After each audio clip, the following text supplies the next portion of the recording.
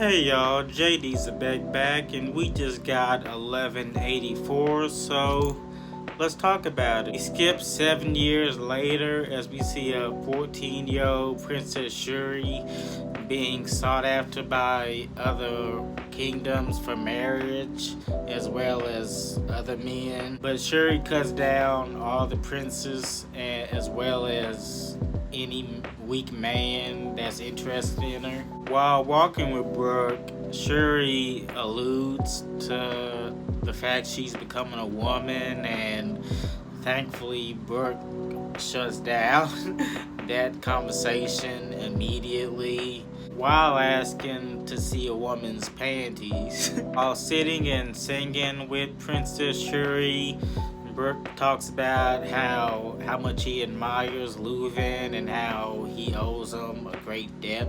As we flash back to an 11-year-old Brooke looking through a school window, looking at a music class going on. But he is chased down by teachers and he runs off. But that doesn't ruin any of Brooke's joy or happiness.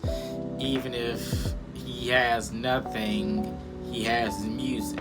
He sings about his poor upbringing as well as his love for music and where it can possibly take him. We see a 21-year-old Leuven overhearing Brooke, and he somewhat admires Brooke's music even though he thinks the lyrics are bad.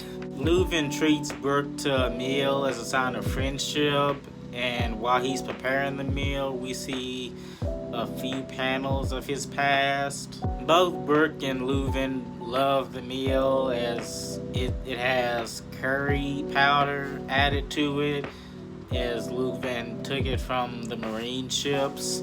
And then we see a beautiful friendship start to blossom. One day the Marines arrive to take a lot of the instruments from the kingdom, as well as brutally beat down Brooke, who they suspect to be transporting drugs for a gang. Though the powder ended up being the curry powder that Leuven put in the meal. Brooke then starts to sing the same song he sung to Shuri, as he really thinks he's about to become Bone. But then Leuven burst out of nowhere, as well as the Royal Escort Corps and the Captain Candle.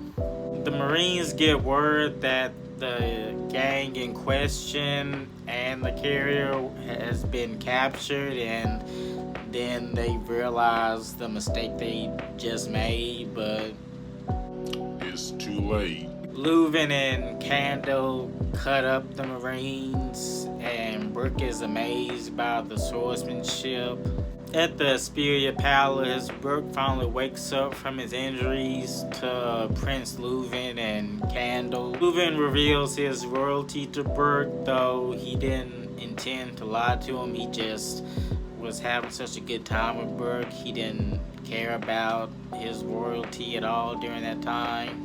Candle does admire Brooke a little bit, and it's enough to make his nose bleed. Leuven then tells his servants to prepare a room for Brooke, as well as get him real instruments and enroll him in school, as Asperia's next big star is here. And Brooke can't do nothing but just sob from the love and kindness he's received from his new friend. I did say last chapter that this flashback was probably going to be a couple chapters, but going from Brooke being 20 to 27 to 11, I don't think this flashback is going to end anytime soon. And I really don't mind it. I'm really loving the development of Brooke's character. I'm really enjoying Leuven as a king and as a great character. Still don't know what to make of Candle. She seems very Celestial Dragon-esque, but even though she's not from there, she just gives off that vibe. Though she doesn't look down at the poor since she admires Brooke a little bit. I'm very curious as to when Shuri is supposed to kill Leuven and how much Candale is involved in that. Maybe she's still alive as a God Knight.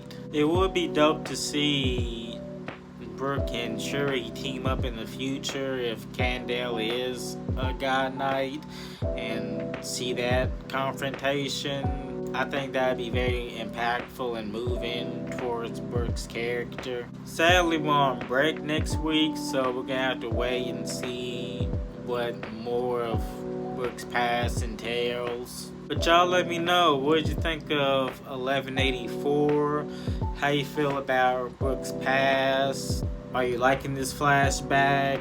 Are you enjoying Brooke's development as a character? How you feel about Candale and her motives? Let me know in the comments and I'll catch y'all later.